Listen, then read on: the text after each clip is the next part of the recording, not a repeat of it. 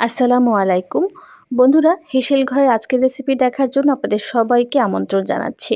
মোমো কিংবা ডাম্পলিং এটি এমন একটি শব্দ যেটি কিনা ছোট বড় সকলের কাছে খুবই জনপ্রিয়, শুধুমাত্র এর টেস্টের কারণে। রেস্টুরেন্ট কিংবা স্ট্রিট ফুডে আমরা যেখানেই মোমো খাই না কেন, সেগুলো যে শুধুমাত্র মুখরোচক তাই নয়, এগুলো কিন্তু আমাদের স্বাস্থ্যের জন্য খুবই ক্ষতিকারক। আজকে আমি একেবারে ঘরোয়া পদ্ধতিতে অবশ্যই হাইজিন মেনে আপনাদের সাথে মোমোর একটি রেসিপি শেয়ার করব। আশা করছি পুরোটা সময় আপনারা আমার সাথেই থাকবেন।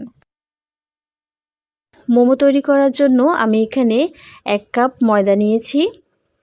এবারে এর মধ্যে সামান্য তেল আর স্বাদমতো লবণ দিয়ে দিচ্ছি।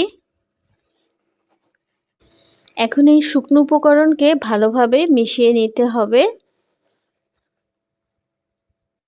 ময়দার সাথে সব শুকনো উপকরণকে ভালোভাবে নেড়ে মিশিয়ে নেওয়ার পর অল্প অল্প পরিমাণে গরম পানি দিয়ে ময়দার ডোটাকে তৈরি করে নিতে হবে। তো এখানে দেখুন ময়দার ডোটা তৈরি হয়ে গেছে। এবারে এটাকে ঢাকনা দিয়ে ঢেকে রেস্টে রেখে দিব 15 থেকে 20 মিনিট। এই সময়ের মধ্যে মোমোর পুরটা তৈরি করে নিব। তার জন্য আমি এখানে 1 কাপ চিকেন কিমা নিয়েছি, আর নিয়েছি আদা বাটা সামান্য পরিমাণে, রসুন বাটা সামান্য পরিমাণ, আর দিয়ে দিচ্ছি পরিমাণ মতো পেঁয়াজ কুচি, কাঁচামরিচ কুচিও দিয়ে দিচ্ছি পরিমাণ মতো।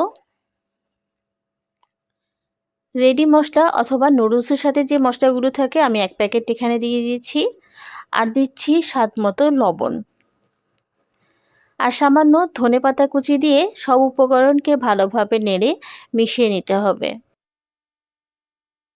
চিকেন কিমার সাথে সব উপকরণকে ভালোভাবে নেড়ে মিশিয়ে নিয়েছি।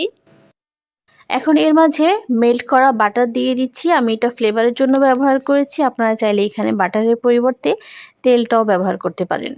তো আবারও সব উপকরণকে ভালোভাবে নেড়ে মিশিয়ে নিচ্ছি। মোমোর পুরটাও তৈরি হয়ে গেছে।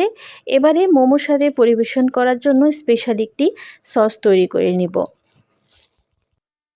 মোমোর সাথে যে সসটা পরিবেশন করব সেটি তৈরি করার জন্য আমি এখানে 1 চা চামচ রসুন কুচি নিচ্ছি, আর নিয়ে নিচ্ছি সাদা তেল 1 চা চামচ।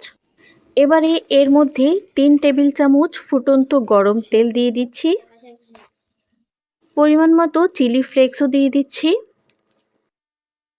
এরপরে দিয়ে দিচ্ছি সয়া সস 2 চা চামচ, টমেটো সসও দিয়ে দিচ্ছি 2 চা চামচ। এরপরে দিচ্ছি লেবুর রস 2 চা চামচ। এর সাথে আরও 1 প্যাকেট নুডলসের মশলা অ্যাড করে নিচ্ছি। সব সসের মধ্যে যেহেতু লবণ আছে তাই আমি এখানে টেস্ট অনুযায়ী লবণ দিয়ে দিয়েছি, আর দিচ্ছি হাফ চা চামচ চিনি, আর সামান্য কালারের জন্য আমি এখানে 1 চিমটির মতো কাশ্মীরি মরিচের গুঁড়া দিয়ে দিচ্ছি। এবারে এই সব উপকরণকে ভালোভাবে নেড়ে মিশিয়ে নিচ্ছি। মোমোর সসটা দেখুন একেবারে তৈরি হয়ে গেছে, তবে এই সসটা কিন্তু এখন একটু ঘন হয়ে আছে। তো এটাকে আমি একটু লাইট করার জন্য এর মধ্যে সামান্য কুসুম গরম পানি দিয়ে দিচ্ছি। আপনারা চাইলে এখানে গরম পানির পরিবর্তে চিকেন স্টক অথবা ভেজিটেবল স্টকটাও ব্যবহার করতে পারেন। তো আবারও সব উপকরণকে ভালোভাবে নেড়ে মিশিয়ে নিয়ে আমি সসটাকে একটু লাইট করে নিচ্ছি।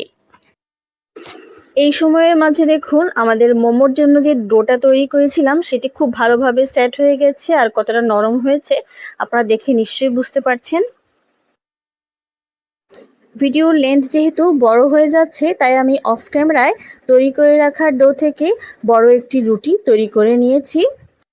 এরপরে ছোট একটি টিফিন বক্সে ঢাকনা দিয়ে আমি মোমো শেপের মতো করে ছোট ছোট রুটি কেটে নিচ্ছি।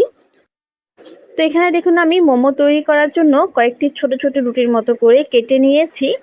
এভাবেই কেটে নেওয়ার ফলে আপনি চাইলে একসাথে অনেকগুলো মোমো তৈরি করে নিতে পারেন, অথবা চাইলে আপনারা এভাবে অনেকগুলো মোমো শিট তৈরি করে ফ্রোজেন করেও রাখতে পারেন। আমি অনেক সুপার শপে দেখেছি এভাবে মোমোর জন্য আলাদা করে শিট কিনতে পাওয়া যায়। তো এখন আমি মোমো শিটের উপরে তৈরি করে রাখা চিকেনের পুরটা দিয়ে দিচ্ছি। এখন আমি এক এক করে মোমোগুলোকে তৈরি করে নিব। আমি আমার পছন্দ মতো শেপে মোমোগুলোকে তৈরি করে নিচ্ছি। আপনারা চাইলে আপনাদের পছন্দ মতো যে কোনো শেপে মোমোগুলোকে তৈরি করে নিতে পারেন। আপনারা চাইলে চিকেনের পরিবর্তে শুধুমাত্র ভেজিটেবল দিয়ে ভেজ মোমোটাও তৈরি করে নিতে পারেন। আমার চ্যানেলে কিন্তু ভেজ মোমোরও একটি রেসিপি আছে, চাইলে আপনারা রেসিপিটা একবার দেখে নিতে পারেন। এছাড়াও আমার চ্যানেলে বিভিন্ন ধরনের স্ন্যাক্সের রেসিপি সহ স্ন্যাক্সের জন্য আলাদা একটি প্লেলিস্ট আছে, আপনারা চাইলে সেই প্লেলিস্টটি একবার দেখে নিতে পারেন। আর আপনাদের সুবিধার্থে বরাবরের মতো আমি রেসিপি লিঙ্ক ডেসক্রিপশন বক্সে দিয়ে দেব। আপনারা নিশ্চয়ই খেয়াল করেছেন আপনাদের সাথে কথা বলতে বলতে আমি অনেকগুলো মোমো তৈরি করে নিয়েছি। এই যে দেখুন আমি আরেকটি মোমো তৈরি করে নিয়েছি, আর এখানে দেখুন অনেকগুলো মোমো তৈরি করা হয়ে গেছে। এবার এগুলোকে আমি স্টিম করে নিব। তো তার জন্য বড় একটি হাঁড়িতে আমি পরিমাণ মতো পানি গরম করে নিয়েছি এবং তার উপরে একটি স্টিলের চালনি দিয়েছি। অবশ্যই আমি চালনির মধ্যে তেল ব্রাশ করে নিয়েছি, এতে করে আর মোমোগুলো চালনিতে লেগে যাবে না।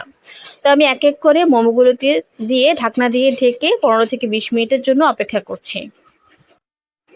ফিরে আসলাম 20 মিনিট পর। তো দেখুন আমাদের মোমোগুলো স্টিম করা হয়ে গেছে, এবার আমি এগুলোকে চুলা থেকে নামিয়ে নিচ্ছি। তো এখানে দেখুন আমাদের সবগুলো মোমো স্টিম করা হয়ে গেছে।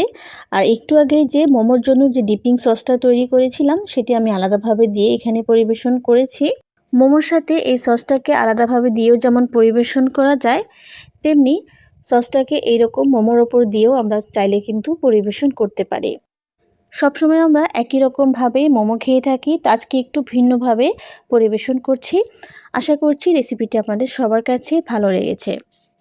আর মোমোর সসটা যে কী পরিমাণ ইয়ামি হয়েছে সেটি আপনারা বাসায় তৈরি করলে নিশ্চয়ই বুঝতে পারবেন। তো আমার আজকের রেসিপিটা যদি আপনাদের সবার কাছে ভালো লেগে থাকে তাহলে প্লিজ আমার চ্যানেলটি সাবস্ক্রাইব করবেন আর পাশে থাকা বেল বাটনটি প্রেস করে দিবেন, এতে করে সব রেসিপির আপডেট আপনার কাছে পৌঁছে যাবে।